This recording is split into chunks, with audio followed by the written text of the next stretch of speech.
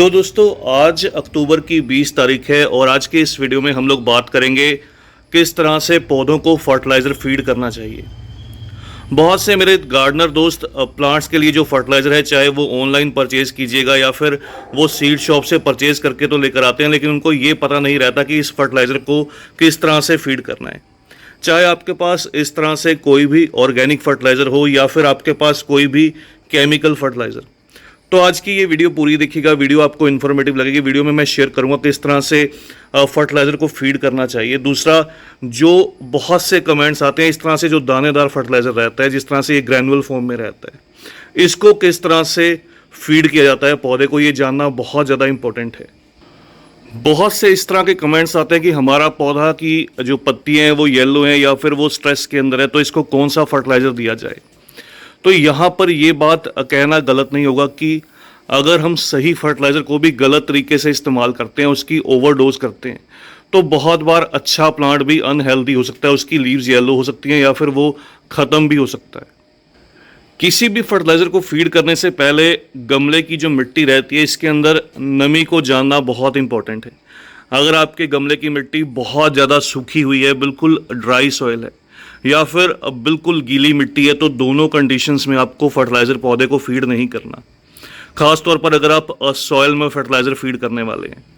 और अगर आपके पौधे की मिट्टी बहुत ज़्यादा ड्राई है और आप इसको लीफ में या स्प्रे के तौर पर जो फर्टिलाइज़र है वो फीड करने वाले हैं, तब भी आप इस चीज़ को अवॉइड कीजिएगा। जब भी आप प्लांट को फर्टिलाइज़र देते हैं तो आपको ये जानना ज़रूरी है कि पौधे की जो मिट्टी है वो हल्की सी ऊपर से नमी वाली रहनी चाहिए। बहुत ज़्यादा सूखी या बहुत दलदली मिट्टी ना हो तो उसके अंदर आप फर्टिलाइज़र दीजिएगा। ज़्यादा सूखी मिट्टी में कई बार फर्टिलाइज़र फीड करने से क्या होता है कि पौधा बहुत जल्दी से उस फर्टिलाइज़र को एब्जॉर्ब करने की कोशिश करता है, क्योंकि उसकी जो रूट्स हैं वो प्यासी रहती है, उनको पानी चाहिए होता है। तो जल्दी से जब आप चाहे वो ड्राई फॉर्म में फर्टिलाइज़र फीड कीजिए या फिर वो पानी में डिज़ोल्व करके कीजिए, जैसे ही आप उस पौधे में गमले में पानी डालते हैं तो वो बहुत तेज़ी से उस फर्टिलाइज़र को फीड करता है। उस कंडीशन में कई बार प्लांट्स की जो रूट्स हैं वो स्ट्रेस में आ जाती हैं। एक जो और कॉमन क्वेश्चन आता है वो ये कि बहुत बार इस तरह के क्वेश्चंस आते हैं कि गर्मी में फर्टिलाइज़र नहीं देना चाहिए, सर्दी में फर्टिलाइज़र देना चाहिए।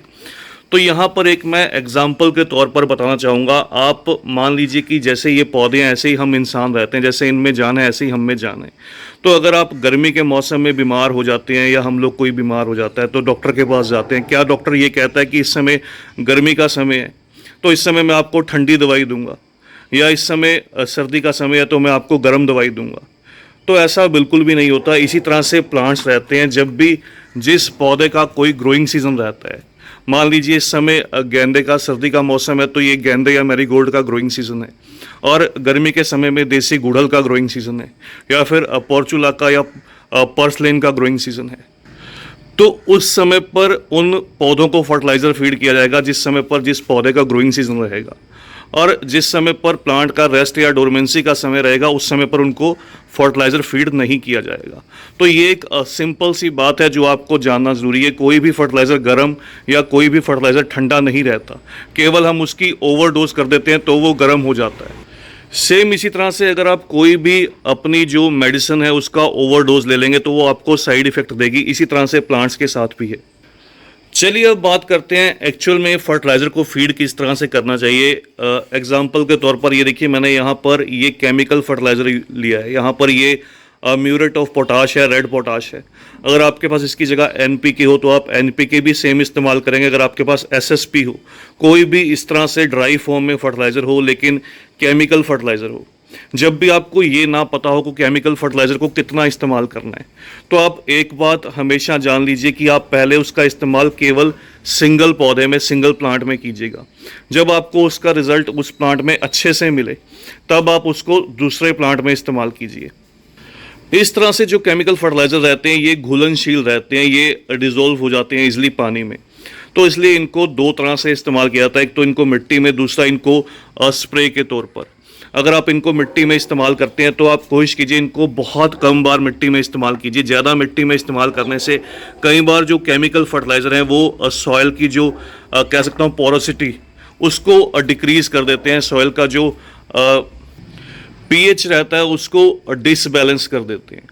तो ये चीज़ें नोटिस करना बहुत इंपॉर्टेंट है। इस तरह से जो भी केमिकल फर्टिलाइज़र रहते हैं, चाहे आपके पास एनपीके हो, एसएसपी हो, या फिर कोई भी और आप इस तरह से पोटैश, जैसे मैंने आपको ये दिखाया, पोटैश है, म्यूरेट ऑफ पोटाश है, तो इस तरह से जो भी आप इस्तेमाल करते हैं, इसका केवल 1 से 2 ग्राम आप इस्तेमाल कीजिए। चाहे आप मिट्टी में डिज़ोल्व करके दीजिए या फिर आप सीधा स्प्रे के तौर पर इसको पौधों पर स्प्रे कीजिए। केवल 1 से 2 ग्राम 1 लीटर पानी में। इसी तरह से जब आप मिट्टी में स्प्रिंकल करते हैं तब भी आप इसका इस तरह से 1 से 2 ग्राम, ये लगभग 1 पिंच जो है वो 1 ग्राम के आसपास रहता है। इस तरह से 1 से 2 ग्राम आप इसको स्प्रिंकल कीजिए। तो इस तरह से करने से इनका जो रिजल्ट है वो बहुत अच्छा मिलता है।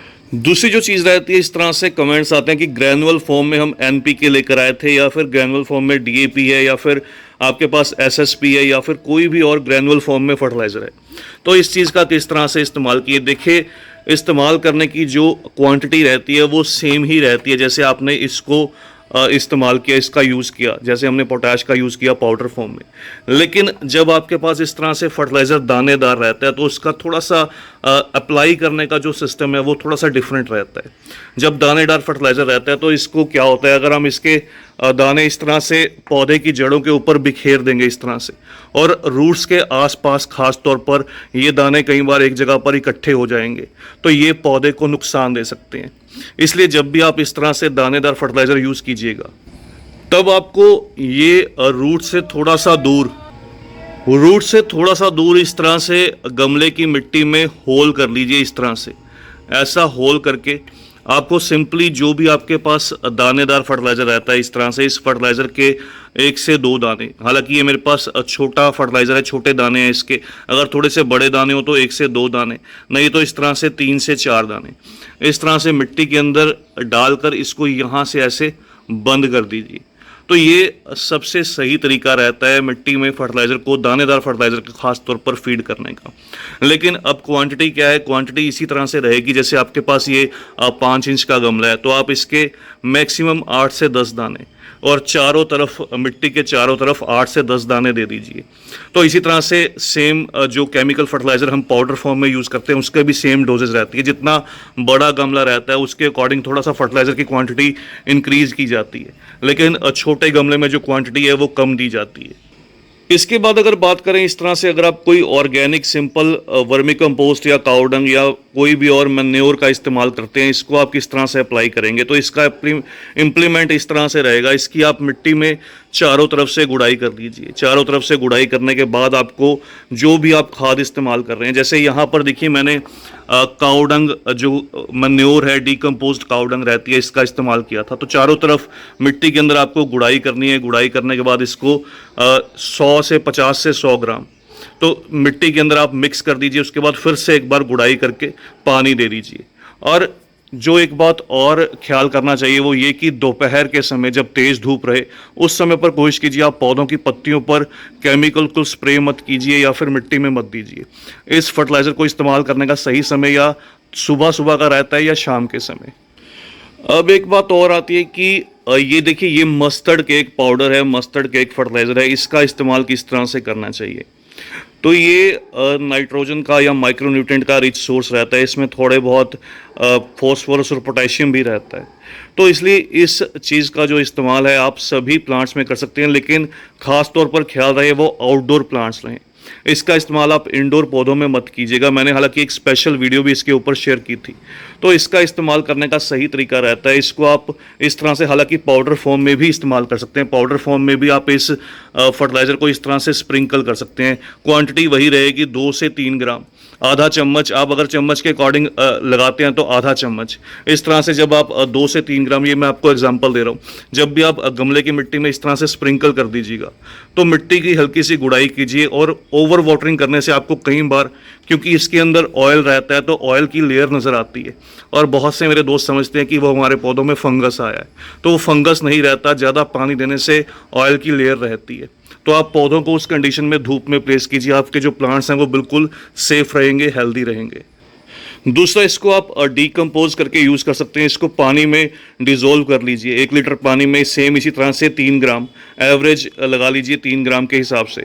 तो जितना भी आप पानी बनाना चाहते हैं पहले 1 लीटर पानी में उतना फर्टिलाइज़र डिज़ोल्व करके बाद में उसको डाइल्यूट कीजिए। 5 से 7 दिन डीकम्पोज करने के बाद फिर आप सभी पौधों में 300 से 400 ml।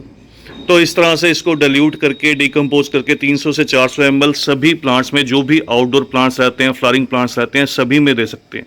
तो प्लांट्स की आपको ग्रोथ ओवरऑल बहुत अच्छे से नज़र आएगी।